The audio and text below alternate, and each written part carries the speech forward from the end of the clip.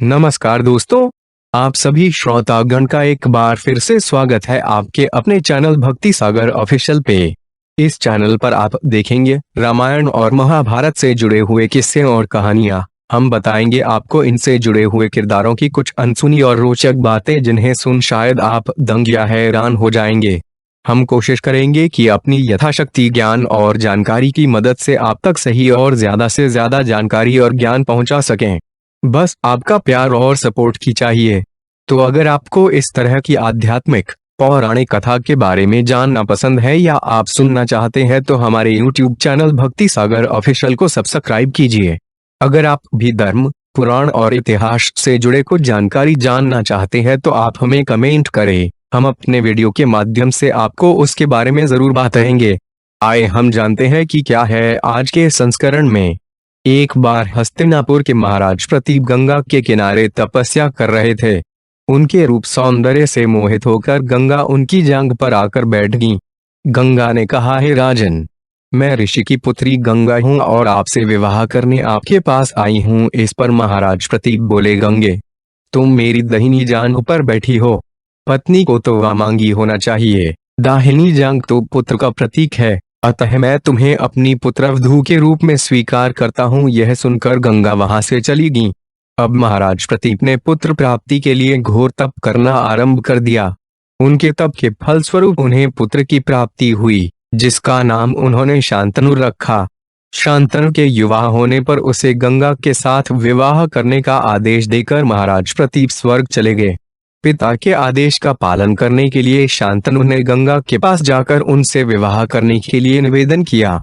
गंगा बोली, राजन, मैं आपके साथ विवाह तो कर सकती हूँ, किंतु आपको वचन देना होगा कि आप मेरे किसी भी कार्य में हस्तक्षेप नहीं करेंगे। शांतनु ने गंगा के कहे अनुसार वचन देकर उनसे विवाह कर लिया।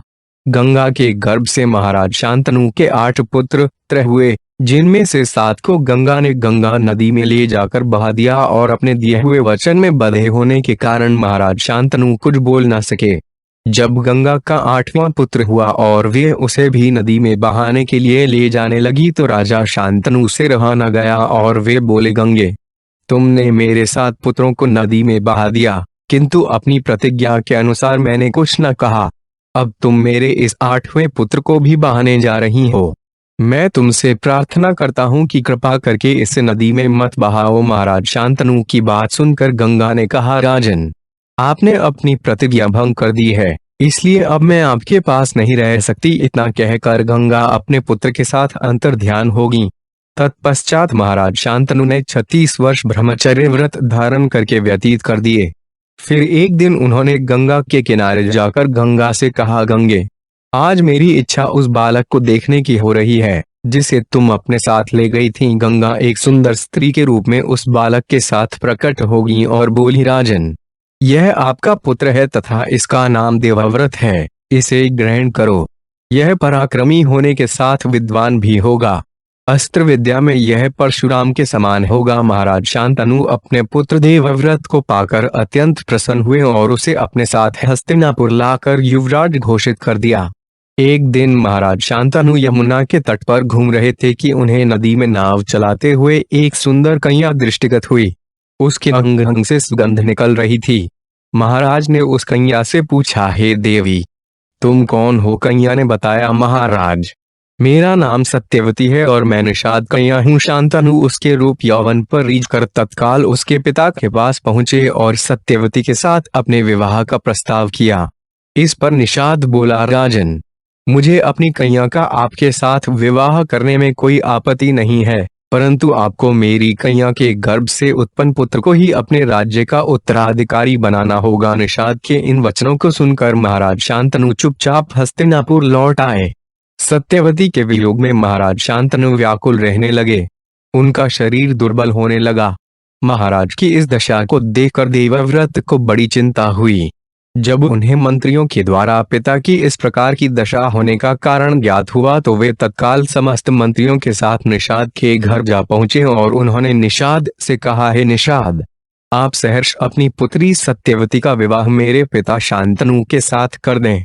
मैं आपको वचन देता हूं कि आपकी पुत्री के गर्भ से जो भी बालक जन्म लेगा वही राज्य का उत्तराधिकारी होगा।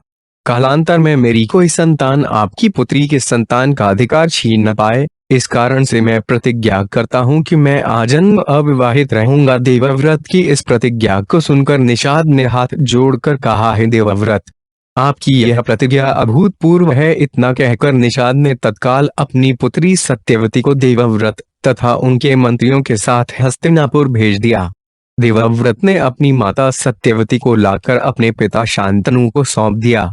पिता ने प्रसन्न होकर पुत्र से कहा, वत्स, तूने पितृभक्ति के वशीभूत होकर ऐसी प्रतिज्ञा की है जैसी कि न आज तक किसी ने की है और न ही भविष्य में करेगा।